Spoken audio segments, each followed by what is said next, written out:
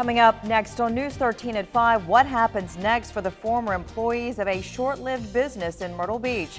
Plus, what Florence County deputies and the owner of this store are saying after a truck plows into the business and the burglars get away with stolen bikes. And a cool day today. Temperatures only in the 50s right now, and we're heading down into the 40s tonight. I'll let you know if we're going to warm back up heading into the weekend coming up. Now, your Storm Tracker 13 forecast first. A good deal of sunshine across the area today. It didn't really matter. It was still cool with temperatures in the 50s to around 60 degrees, but there are clouds to our west, to our south, and offshore, so these will be building back in overnight tonight, giving us partly cloudy skies. Our forecast, it will cool down. Temperatures down into the 40s tonight with partly cloudy skies, but we will warm up tomorrow by 11 o'clock, already warmer than it was today. I'll let you know if this warmer weather will last into the weekend coming up. News 13 at 5 starts now. This stolen truck used to break into a Florence business so these thieves could take merchandise, and the business owner has it all on surveillance video. Good evening, I'm Nicole Boone. Bob Juback has the night off. First at 5, the search continues for those 3 people that rammed a truck through the Generation 3 power sports business early this morning and stole those motorcycles. News 13's Kiana Patterson arrived at the crime scene as Florence County deputies conducted a manhunt for the suspects. Kiana, what's the latest? At last check, deputies say that those men are still on the run right now. But if you can look right behind me, they have their door back up and running, and it looks pretty good. The alarm system is being installed, and now they are back up and running. Now, after a 3-hour manhunt, sheriff's deputies determined the suspects got into the building with a truck and they left the area. Now, the owner, Don Miller, says 12 bikes were damaged during the burglary, and Miller tells me the suspects took 3 bikes that cost about $9,000 each, but they were later found in woods behind the building. A lot of times they don't get much or get anything, but occasionally they do. And burglars said that now Miller says that burglars have tried this before in the past last year. Coming up at 6, I'll tell you more about that. For now, I'm in Florence. Kiana Patterson, News 13. Horry County Police have arrested a 3rd person in the shooting death of Jahai Mishu earlier this month on Willow Road in Conway. Police charged Raekwon Tyrone Bennett of Bucksport with murder. Police already charged Saswan Simmons and Joshua Spain. Police found Jahai Mishu dead in a home on Willow Road December 3rd. And we are following a developing story out of Florence. Florence police are investigating a report of shots being fired near downtown Florence. Police are searching near the intersection of Marion Street and Harold Street. There are no reports of injuries. We'll keep you updated. Some state lawmakers want to change voting rules for local county and city governments. News 13's Taylor Herlong took a look at the newly pre-filed bill. And Taylor, you say this could impact who could be voted into local government in our area. It could. The pre-filed bill was filed by Representative Russell Fry. The bill would prohibit counties and municipalities from using an at-large voting method for more than half of its members. We have an at-large system in Myrtle Beach, and that basically means that all voters cast their ballots for all candidates in the city instead of voting on one person to represent their district. In the past, the NAACP has been against the at-large voting method, claiming it discriminates against minorities because it prevents some voters from electing their candidates of choice when they're not the majority in the area. I spoke with representatives for the city of Myrtle Beach about how this would change things for them and for you, the voters. You'll hear what they had to say coming up tonight at 6. Reporting for News 13, I'm Taylor Herlong. New at 5, a new entertainment venue will soon open at the Market Common in Myrtle Beach. 810 Bowling announced today it will take over the space formerly occupied by Piggly Wiggly. The goal is to open by next summer. The venue will feature bowling, billiards, and other games along with food and craft beers. You can read a lot more about this announcement at WBTW.com. WBTW On Time Traffic, sponsored by Joy Law Firm. And no big problems this afternoon along the Grand Strand. 501 looking great between Carolina Forest and CCU. No problems whatsoever. That's rare to see. Drive times right now on 501 from the bypass to Carolina Forest will take you 6 minutes. 17 in both directions, 30 to 35 to even 40 miles per hour. So 17 looks okay along the Grand Strand as well. In and around the Florence area, it's looking smooth downtown. Did have some congestion earlier near 5 Points and out near the mall, but that has cleared. No accidents to report right now. I-95 moving at 74 miles per hour. Right now, Palmetto from 5 Points to Irby Street will take you 6 minutes, and 52 from 76 to the interstate will take you 7 minutes. Next week kicks off the Beach Ball Classic in the city of Myrtle Beach, and organizers say they're expecting big names this year to bring in big bucks. The nation's top-ranked players, #1 R.J. Barrett from Montverde, Florida, and #2 Zion Williamson from Spartanburg are scheduled to play. Organizer John Rhodes says they've already sold several hundred tickets, and they're planning on those names bringing in $3 to $4 million to Myrtle Beach. Rhodes says there's just one problem. Several people coming to see Zion Williamson may be disappointed. The only problem is right now, I mean, he's been injured. And as the AD gave me a call the other day, and right now he has not been released from his doctor. So we're not sure if he's going to be able to play or not. And it's unfortunate because we've counted on him as being, of course, a big draw. Williamson injured his left ankle late last month. The tournament runs December 26th through the 30th. Tanger Outlets made a huge donation today to Conway Medical Center. It gave $22,000 to the hospital. The money will benefit the Best Chance program. This program helps patients pay for breast cancer screenings if they cannot afford them. Tanger Outlets raised the money during its annual October Pink campaign. Dozens of Greenwood Hall employees are still searching for work after finding out last week that the brand new call center at Horry Georgetown Technical College had to abruptly close due to a lack of revenue and left people unemployed.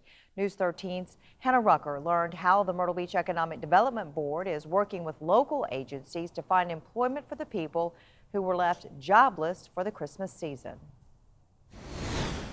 Nikki, that's right. Rather than hearing this directly from the Greenwood Hall CEO, employees received this email from the AnswerNet CEO explaining that Greenwood Hall is no more and there wasn't enough money left to pay them. Josh Kay with the Myrtle Beach Regional Economic Development Corporation says they are referring the Greenwood Hall employees to SC Works to help them find new jobs. SC Works helped to recruit 48 of the 60 employees at Greenwood Hall and therefore are helping them find work again. In October, Horry County leaders gave Greenwood Hall the green light and even voted for the company to be eligible for an incentive package despite financial red flags and paperwork filed with the feds. Kay says they've tried to reach out to Greenwood Hall CEO with no success. Yeah, unfortunately, we have not been in contact with anybody from Greenwood Hall. Hadn't been able to get a response, and so our main focus is really on the former employees, making sure that they have opportunities to find gainful employment, long-term employment. I reached out to Horry Council members to get their thoughts on this and didn't hear back from any of them. But be sure to tune in tonight at 6 for the full story to learn a little bit more about how the Myrtle Beach Financial Development Board decides on businesses based off their previous history, but also their projections for the future. Live in Myrtle Beach for News 13, I'm Hannah Rucker. Congress is working this afternoon to push through legislation that will keep funding the federal government into the new year. If nothing is passed, the government will shut down at midnight Friday. Mola Lange reports from Washington on why some lawmakers are fighting the bill. The House of Representatives began the process of voting Thursday that will fund the government through January 19th. House Republicans have introduced a bare-bones spending bill to keep the government operating past midnight Friday. The legislation would avert a crisis and allow lawmakers to head home for the holidays. The Senate stands ready to take up an agreement as soon as one originates over in the House. We're ready to work together across the aisle to ensure there is no lapse in funding. Since Republicans control the House and the Senate, they don't need any Democrats to get the bill passed. But they've had difficulty securing enough votes within their own party because some conservative Republicans want more funding for the military. Democrats in Congress say they won't support a bill that does not provide a path to citizenship for so-called dreamers who were illegally brought to the U.S. as children. We need action. We need it soon. and we need it to be bipartisan. But Republicans say the DREAM Act is off the table and are pushing back. I do think Ms. Pelosi is holding the defense of the United States hostage. The stopgap spending bill also pushes larger fights about health care and the budget to 2018. Mo Lulengi, CBS News, Capitol Hill. And we just learned the House has backed the short-term spending bill, the first step in averting a government shutdown this weekend.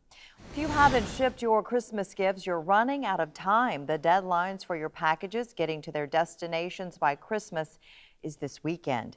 Today is the deadline for FedEx overnight shipments. Tomorrow is the deadline for UPS, next day air.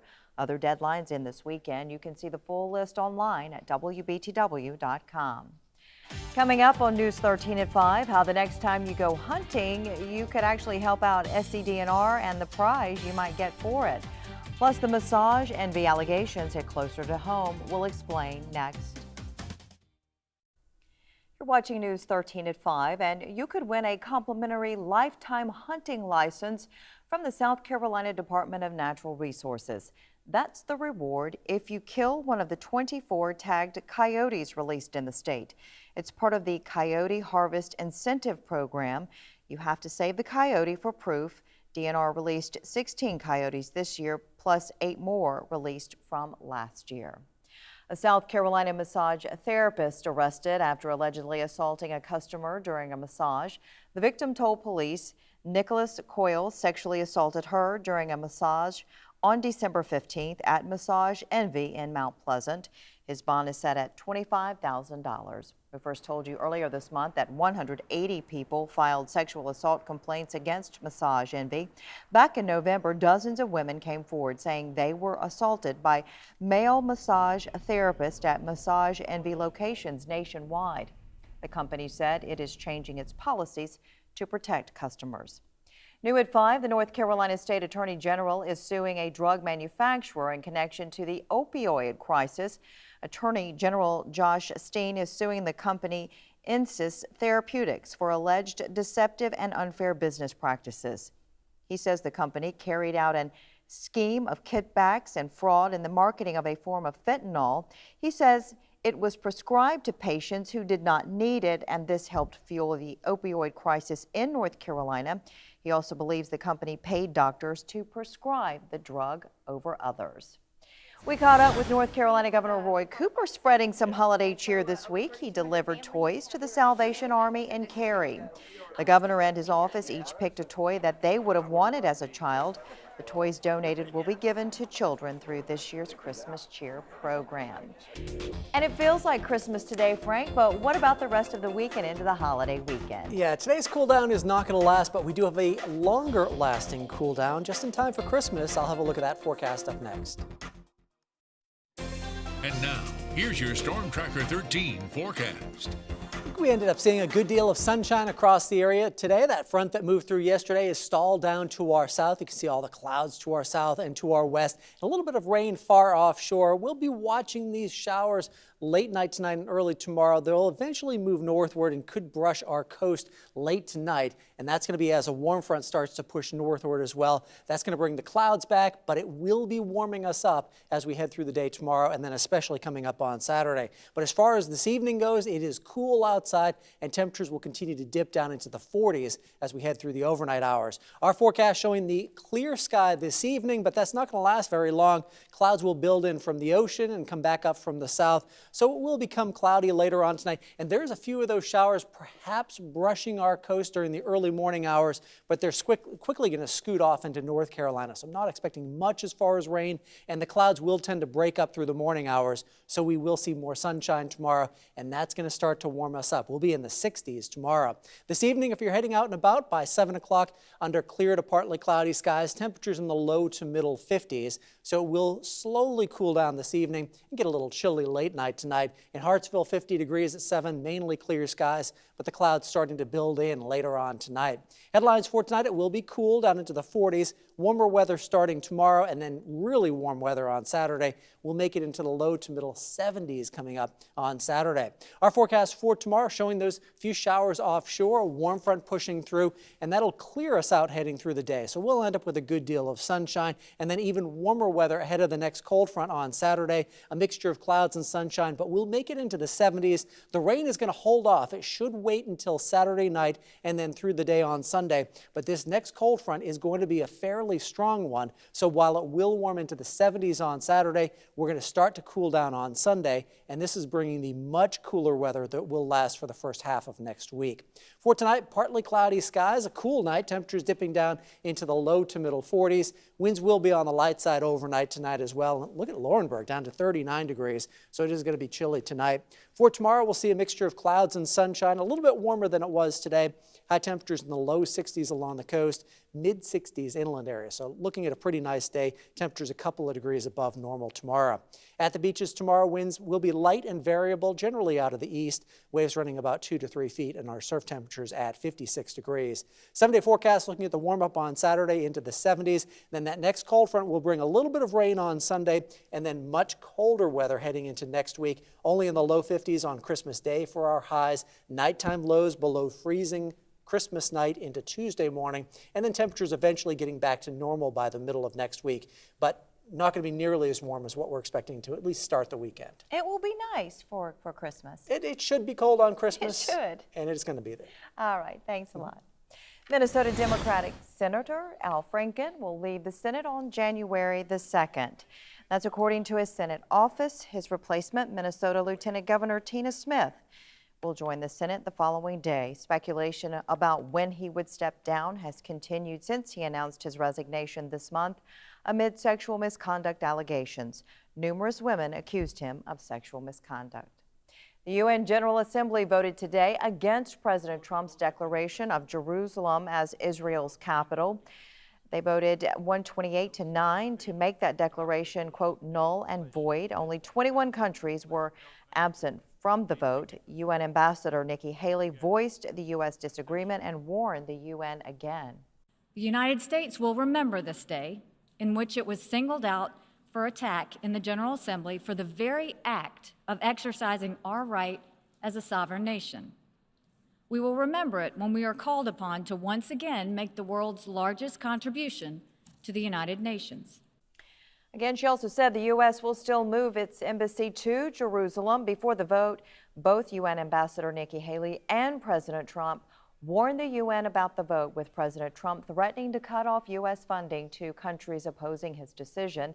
Nikki Haley says the president asked her to report back on countries who voted against the U.S. decision, saying the U.S., quote, will be taking names. Coming up, how Graceland is helping Elvis fans add a little more rock to their roll. Plus, what automakers are doing to make 2018 a big year for cars and going green. Elvis Presley's estate is giving fans a chance to add a little more rock to their roll. Absentee bidding is open for 271 Elvis artifacts to be auctioned off January 6th. Among them is this rocking chair from the Jungle Room. Graceland claims this throne was a favorite of the king back in the 1960s. The chair is expected to bring $10,000 to $15,000 with a minimum bid of $5,000. Other items on the auction block include clothes, jewelry, and concert memorabilia. Some believe 2018 will be the year electric cars break through to the mainstream. Models like the Chevy Bolt and redesigned Nissan Leaf offer ranges of 150 miles or more between charges, making them more viable for many American families. Experts believe electric cars will gain more acceptance as people see them on the road. A flyer's dream item could become a travel nightmare. That's in January as airlines ban pricey smart bags with lithium batteries that cannot be removed. Smart bags use their batteries for things like charging your phone. Airlines worry checked bags could catch fire if those batteries malfunction. If the bag has to be checked, you must remove that battery and bring it into the cabin of the aircraft with you. But if the bag has to be checked and the battery is not removable, we're not going to be able to accept that bag.